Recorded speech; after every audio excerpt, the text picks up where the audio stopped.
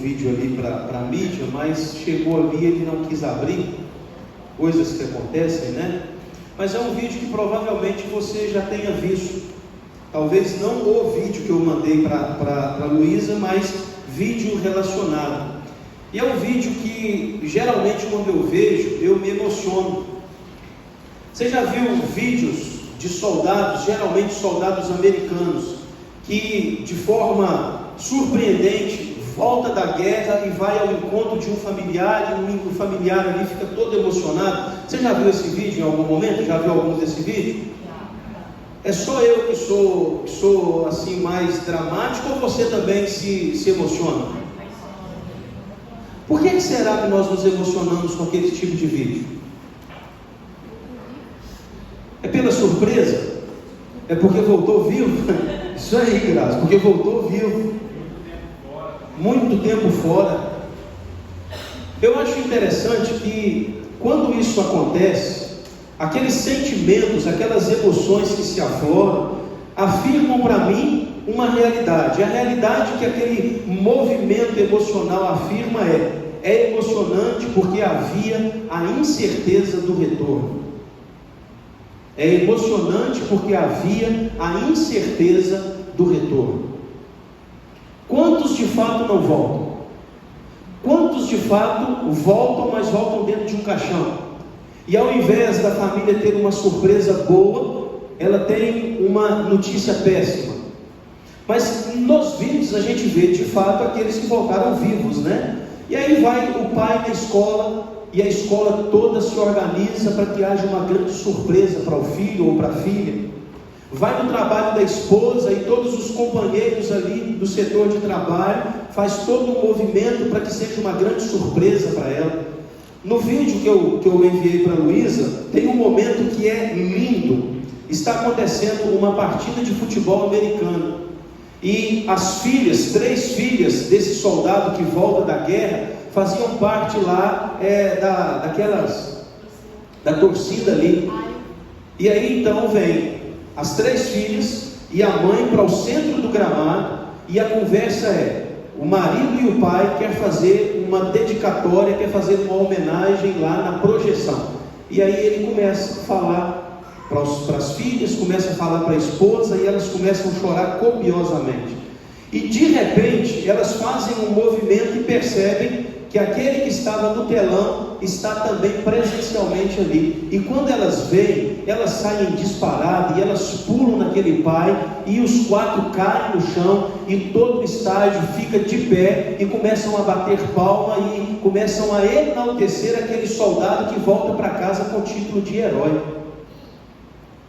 Esses movimentos, meus irmãos, assim, são muito bonitos.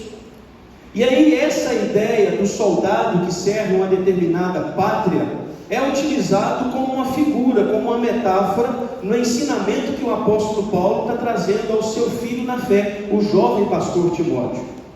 No capítulo 2, se você ler do verso 1 até o verso de número 13, Paulo vai trazer um encorajamento a Timóteo. E encorajamento por quê? Porque lá no capítulo 1, Paulo mostra que Timóteo estava fraquejando no seu ministério, ele estava fraquejando na sua carreira pastoral. Então vem a escrita do apóstolo Paulo para encorajar o coração desse jovem pastor. E aí ele usa 3 figuras no capítulo 2. Ele usa a figura do soldado, ele usa a figura do atleta e ele usa a figura do lavrador. E ambas essas 3 figuras têm a ver com comprometimento, têm a ver com perseverança e têm a ver com entregar tudo o que é necessário para que haja uma colheita no final da semeadura. E nós paramos hoje o nosso coração apenas no verso 4, que tem a ver com a figura do soldado. E o que Paulo vai trazer aqui com relação a essa figura do soldado? Ele vai ensinar para Timóteo que não há a possibilidade de um servo de Cristo Jesus, de alguém que já está na família de Deus, pensar em desistência. Não há possibilidade para eu ou para você, assim como não havia possibilidade para Timóteo, segundo o apóstolo Paulo, de haver esse retrocesso, de haver esse abandono. Uma vez salvos em Cristo, é daqui para frente vivendo segundo a pessoa de Cristo. Uma vez resgatados do pecado pelo amor de Deus na cruz do Calvário, a vida tem que ter apenas um lema: porque dele, por ele e para ele serão todos os meus dias, até que ele volte para buscar a sua igreja. Não há possibilidade, meus irmãos, de pensarmos em desistência. E aí então o apóstolo Paulo usa de forma extraordinária a figura do soldado. E ele apresenta aqui apenas duas credenciais, e eu quero trazê-las ao nosso coração. Duas credenciais de como deve se comportar um verdadeiro soldado de Cristo Jesus. Aí você vai me ajudar. Você vai ler junto comigo a parte A do verso 4. Olha aí na sua Bíblia. Só a parte A. Vamos juntos? Nenhum soldado aí. Primeira coisa, o soldado de Cristo está envolvido numa missão com vistas na eternidade. Primeira credencial: o soldado de Cristo, o verdadeiro soldado de Jesus, ele está envolvido numa missão que tem vistas na eternidade. Só que é preciso, meus irmãos, abrir um parêntese aqui, porque senão a gente começa a pregar aquilo que a Bíblia não propõe. A gente começa a falar coisas que a Bíblia não traz como verdade. E muitas vezes, pregando nesse texto, pessoas já tiraram completamente a possibilidade dos sonhos, tiraram completamente a possibilidade de você se alegrar no seu dia a dia, seja na família, seja no trabalho, seja numa perspectiva de adquirir um bem. Um exemplo que eu vou dar para vocês aqui, que foi assim gratificante para mim hoje, depois da escola dominical, com o aval do Rafael e da Dayara. Foi para mim uma conversa sensacional. Eu fui conversar com o Rafael e a Dayara sobre os planos deles com relação ao casamento, com relação à faculdade, com relação à mudança de direcionamento mesmo. Porque a partir do momento que o Rafael e a Dayara se comprometerem de forma matrimonial, a vida agora ganha uma nova tonalidade, ganha uma nova direção. São duas realidades se encontrando para viver uma mesma, e isso é um grande desafio. E aí eu conversei com os dois, e os dois falando da juventude deles, né? Quando a gente está jovem assim, a gente coloca toda a força no nosso argumento. Aí eles colocaram toda a força no argumento. Aí o pastor, chato demais da conta, vai jogar areia no doce em alguns momentos. Ele fala: mas será que isso aqui é o melhor? Mas por causa da alegria dos dois, eles estão caminhando para o altar na presença de Deus. Louvado seja Deus na vida deles. Agora não vão sonhar, não vão pensar na faculdade, não vão pensar numa casa própria, não vão pensar em ter uma vida de qualidade. Claro que precisam pensar em sonhos, porque Deus é um Deus sonhador. Mas tem gente que quando lê esse verso, olha, nós não podemos nos envolver com as coisas dessa vida. Aí pensa assim, então eu tenho que ser maltrapilho, eu não posso ter um carro bom, a minha casa tem que ser um casebre, e eu tenho que ficar vivendo só dentro da igreja com a Bíblia na mão. Crente chato e feio vai ser esse, não é não? Quem falou que crente tem que ser feio? Quem falou que crente tem que ser chato? E quem falou que crente não pode ser feliz? Não é isso que o texto está dizendo. Vou ensinar para vocês, usando um outro texto, o que isso aqui de fato significa. Lembra da parábola que Jesus conta lá no capítulo 12, para ele falar a respeito da avareza? E lá no capítulo 12 de Lucas, Jesus vai contar uma parábola de um senhor que tinha uma grande terra, uma grande propriedade, e naquele ano ele colheu abundantemente. Louvado seja Deus pela abundância da colheita. No que ele colheu mais do que ele esperava, é natural também que ele teve que fazer o quê? O que ele teve que fazer? Construir novos celeiros. Louvado seja Deus, porque tem que construir mais celeiros. E aí ele coloca toda a sua colheita dentro dos celeiros, e aqueles celeiros ficam lotados de muitos mantimentos. Aí ele está feliz. Qual que é o problema de celeiros lotados de muito mantimento? Nenhum. O grande problema, meus irmãos, não são os celeiros cheios. O grande problema é colocar o coração nos celeiros. Vou te ensinar o que significa isso aqui. O problema, o pecado, não é celeiros cheios. O problema, o pecado, é colocar o coração nos celeiros. Como é que aquele homem colocou o coração nos celeiros? Alma. Ele conversa com a alma dele, ele diz: olha, minha alma, presta atenção em toda a nossa riqueza. Olha como que os celeiros estão abastados. Agora você pode se alegrar, agora você pode regozijar-se, agora você pode ser satisfeito em si mesmo. Aí vem a palavra que Jesus traz no final dessa parábola: louco, hoje mesmo te pedirão a sua alma, e o que tens preparado para quem será? Ou seja, Jesus deu significado. O problema não são os celeiros, o problema é colocar o coração neles. O que Paulo está dizendo aqui para Timóteo, para mim, para você, meus irmãos, não é pecado termos sonhos, termos perspectivas, queremos avançar nas coisas. O que nós precisamos ter como consciência é que nenhum negócio dessa vida pode atrapalhar a prioridade do grande negócio que Deus tem para a nossa vida. Quando nós estamos em um sonho, se esse sonho atrapalha o nosso ministério, se esse sonho começa a nos afastar da presença de Deus, se esse sonho começa a colocar uma interrogação entre eu estar nele ou eu estar na igreja de Cristo, aí eu começo a colocar o meu coração nos celeiros.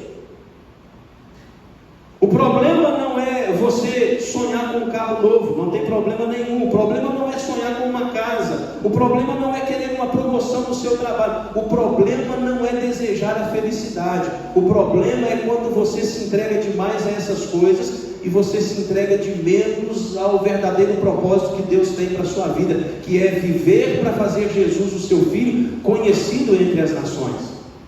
O problema é quando você não exerce dom na igreja. E nós estamos conversando de dons desse último mês. Você vem na igreja e você só é servido por ela, mas você não tem digitais em nenhum lugar dessa igreja. Você não tem digital na vida das pessoas. Você é um soldado que está, de certa forma, se envolvendo com coisas secundárias e tirando a sua prioridade. Deixa eu dizer para você, um soldado que está lá no campo de batalha, um exemplo, ele está no campo de batalha. Será que ele pode, quando o inimigo está vindo contra ele, ele pode ficar no WhatsApp? Ele pode querer conversar com a esposa naquele momento? Ele pode fazer planos para os seus filhos e conversar com os filhos naquela hora, via SMS?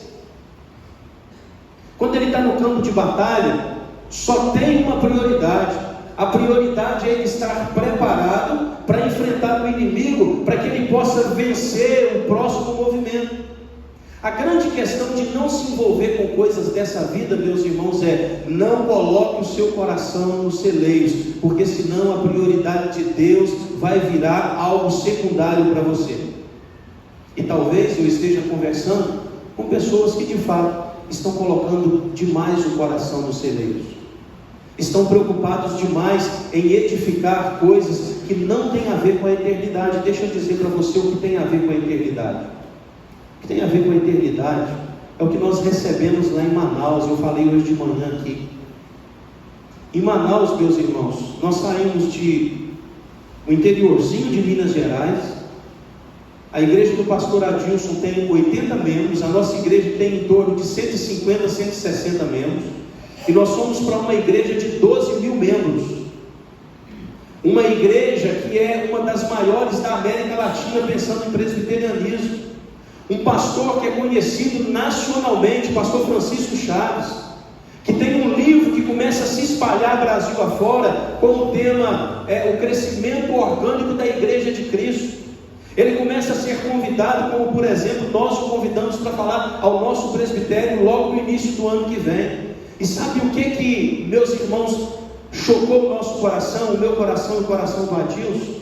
A forma que eles investiram naquilo que tem a ver com a eternidade, como que eles nos trataram com nobreza, como que fizeram de nós pessoas importantes naquilo que fomos fazer ali. Fomos convidados pelo pastor Francisco Chaves, e quando lá nós chegamos, preste atenção, 12 mil membros, mas quando nós chegamos, ele tinha todo o cronograma de cada hora dos dias que nós íamos passar lá em Manaus, e ele não deixava por menos. Ele falava: olha, não demorem aqui, porque daqui 2 horas vocês vão estar ali para conversar com fulano de tal. E depois do fulano de tal, vocês vão visitar a área tal da igreja. E depois, era um cronograma. E ele nos lembrava o tempo inteiro mandando mensagem.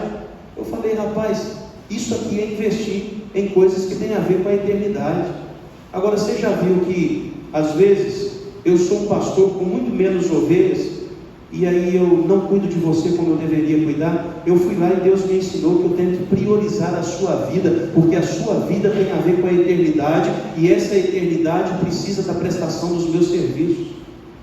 Às vezes você está tão preocupado com os seus sonhos e os seus celeiros, que tem pessoas que convivem 24 horas por dia, 7 dias por semana, 30 dias por mês com você, e você não está preocupado com a eternidade daquela pessoa. Você é esposa, o marido ainda não está na igreja, e você é uma goteira, segundo Provérbios, uma goteira de chuva que fica o tempo inteiro no coração e na cabeça dele. E a Bíblia vai dizer para nós, lá em 1 Coríntios, no capítulo 7, que a mulher sábia, ela vai santificar o marido, e ela vai salvar o coração do marido, às vezes com a sabedoria do silêncio.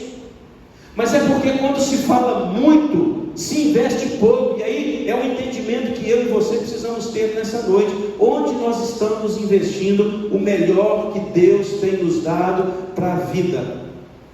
Nós estamos mais preocupados com a eternidade, ou nós estamos plantando mais o nosso coração nos celeiros? Então, o primeiro movimento, meus irmãos, que eu vejo aqui, que o apóstolo Paulo ensina para Timóteo, é essa ideia, é esse princípio. Cuidado, não coloque o coração nos celeiros, mas invista a sua vida em uma missão que tem os olhos na eternidade. E eternidade, meus irmãos, não é composta de coisas, eternidade é composta de pessoas. Eternidade não é composta de coisas, eternidade é composta de pessoas. E a pergunta é, o quanto eu tenho me importado com as pessoas? E aí no versículo 4, você pode ler para mim aí, todo mundo junto, para a gente encerrar? Vamos lá?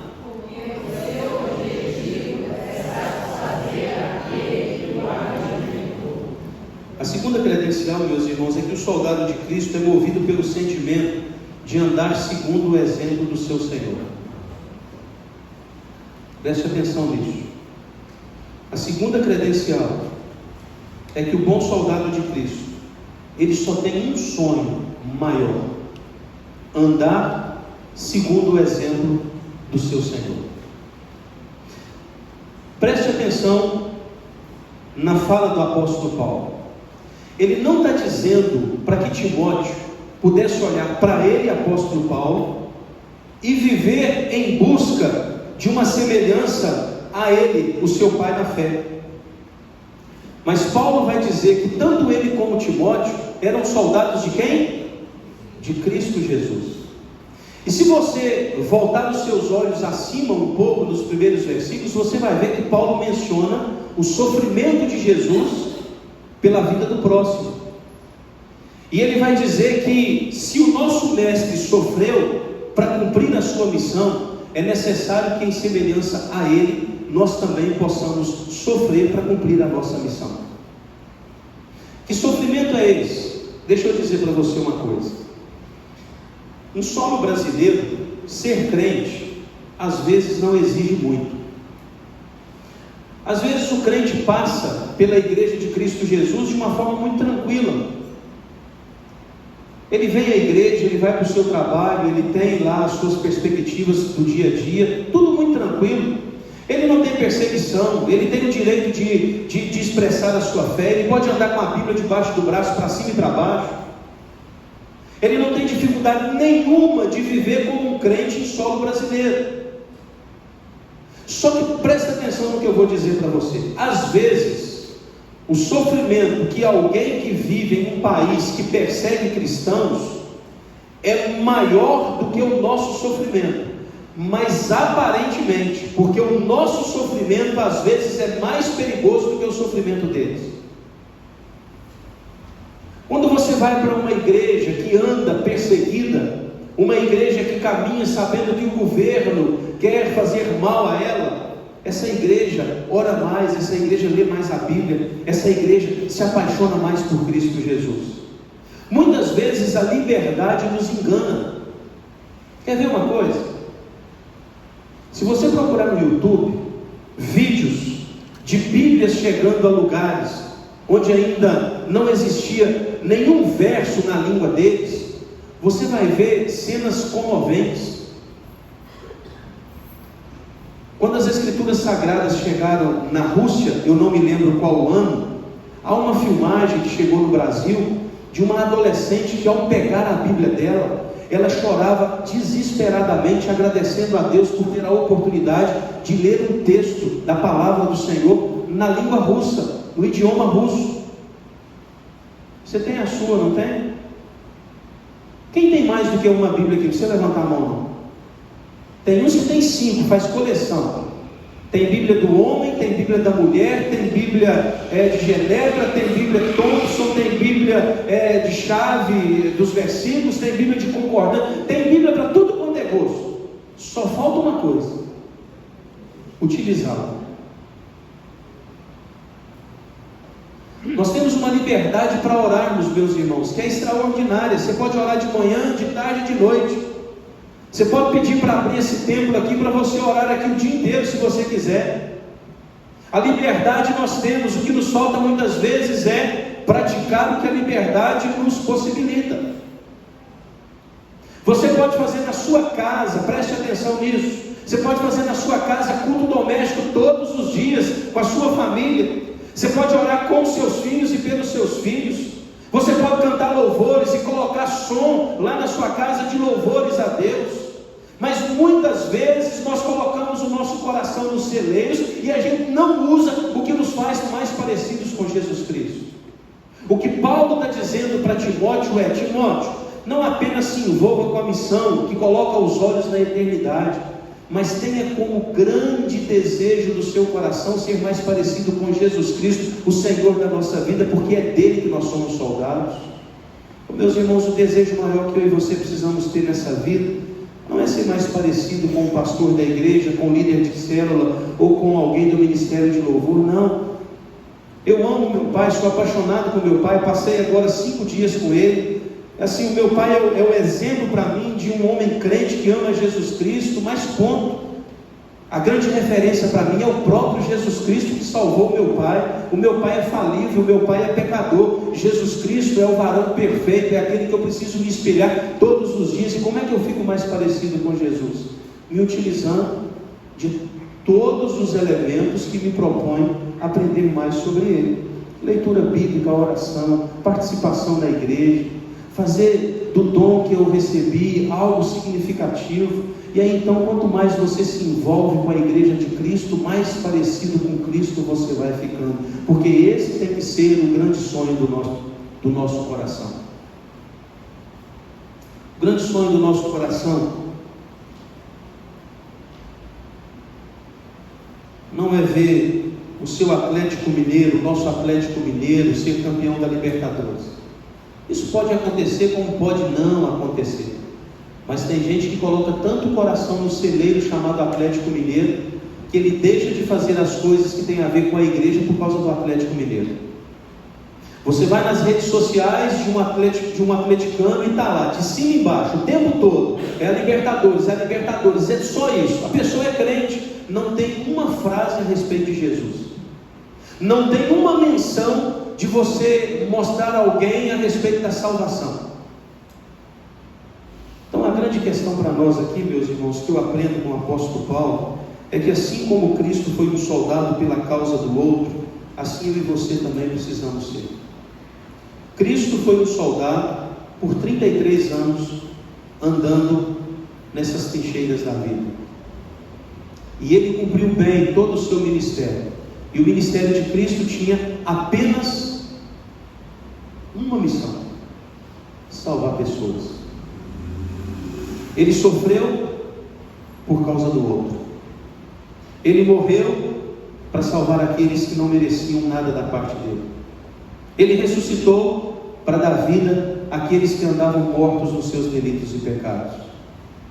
Ele se entrega a esse ministério do sofrimento para me fazer de inimigos do seu pai a filhos que vai receber a mesma herança que ele tem. Então, meus irmãos, o bom soldado de Cristo é aquele que está inserido numa missão. numa grande missão, que tem os seus olhos na eternidade, e tem como grande sonho ser mais parecido com Jesus Cristo, o Senhor da igreja. Nós precisamos viver isso todos os dias, meus irmãos. Isso precisa ser o nosso sonho, precisa ser a nossa busca. As nossas células precisam buscar essa realidade. Os nossos ministérios, as nossas orações, os nossos cultos, sermos mais parecidos com Jesus Cristo. Esse é o desejo que eu tenho no meu coração para cada um de nós nessa noite. Não colocar o nosso coração nos celeiros, mas colocar o nosso coração no desejo de sermos mais parecidos com Jesus Cristo.